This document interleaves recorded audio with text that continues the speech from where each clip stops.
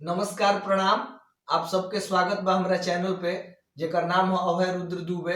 आप लोग इस चैनल के ज्यादा से ज्यादा सब्सक्राइब करी और हमारे एगो छोटा सा प्रयास बा गीत के ओकरा के रउआ सब प्यार आशीर्वाद दिए और अंत तक देखी।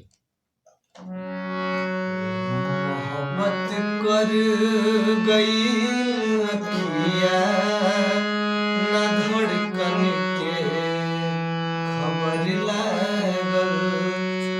मोहब्बत कर गई अखिया ना धड़कन के खबर लागल।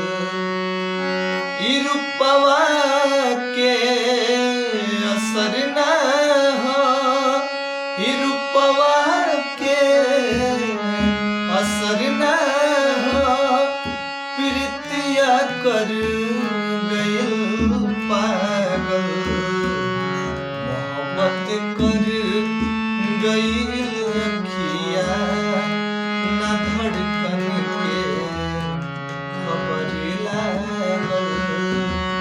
मोहब्बत कर गइल अखिया ना धड़कन के खबर लागल। धन्यवाद आप सबके हमरा संगे वीडियो में जुड़े खातिर और अगला वीडियो के रउआ सब इंतजार करी।